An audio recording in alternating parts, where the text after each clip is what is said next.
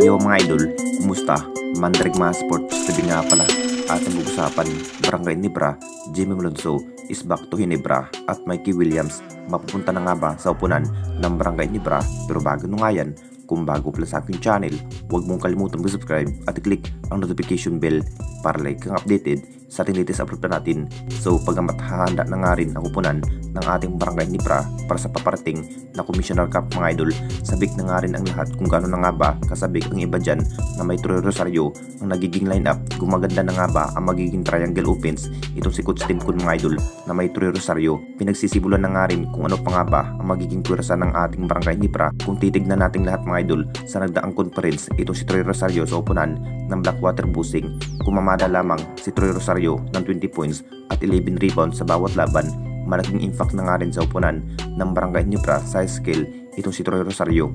Nagbabalik na rin ang solidong lineup na maglalaro na rin ang high flying forward na si Jimmy Malonzo mga idol para sa Commissioner Cup matapos sa kanyang iniindang guti injury sa nagdaang conference. Sabik na nga rin ang iba dyan mga idol kung gaano na nga ba kaganda ang nagiging lineup ng ating Barangay Nibra na parang pinaglalakas na nga rin ang Jing Kings ngayong paparating na Commissioner Cup. Ang pangarap sana na magkakampiyon muli sa ating liga matapos natalo sa kamay ng TED Tropang Giga last conference. Gagawin na nga ni Coach Tim Kun mga idol. Tutuin sa'yo na nga ang nasabing high flying forward ng Barangay Nibra ay walang iba kundi si Jimmy Malonzo. Ang pinukos na rin ng Jing Kings itong si Troy Rosario mga idol kung ano pa nga ba ang magiging big role sa upunan ng ating Barangay Nibra at welcome back na nga si Jimmy Malonzo matapos sa kanyang iniindang guti injury last conference at magbabalik na rin ngayong Commissioner Cup.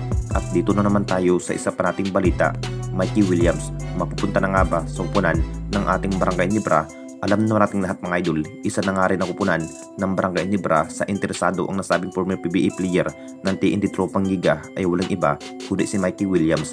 Masasabing balak sana ng ating Jing Kings kukuhanin ang nasabing player kung ano pa nga ba ang dapat gawin. Sabik na rin na makita muli ang magiging lineup sa Commissioner Cup mga idol. Mas lalo pang lumakas ang magiging outshot maker dahil alam na nating lahat mga idol kung anong magiging performance ni Mikey Williams pagdating sa opensiba. Makapagtala lamang ang nasabing player ng 30 points kapag mabibigyan ng mahabang playing time. Ngayon pa lamang po mga idol, naging free agent na nga ang nasabing player at hindi na rin hawak ng TNT Tropang Giga itong si Mikey Williams. Tinatapos na rin ang kanyang kontrata sa upunan ng TNT Tropang Giga. Mas lalo pang lumakas ang magiging lineup ng ating Barangay Nibra kapag makuha nga ang nasabing player ngayong season. Handa na rin ang Jing Kings sa pagkikipaglaban mga idol sa Commissioner Cup at nasa training camp na nga ito ng Barangay Nibra matapos nanalo ang ating national team na Gilas Pilipinas laban nga sa bansang Hong Kong, China at New Zealand sa FIBA Asian Cup qualifiers. Anong masasabi ninyo mga idol tungkol sa ating video?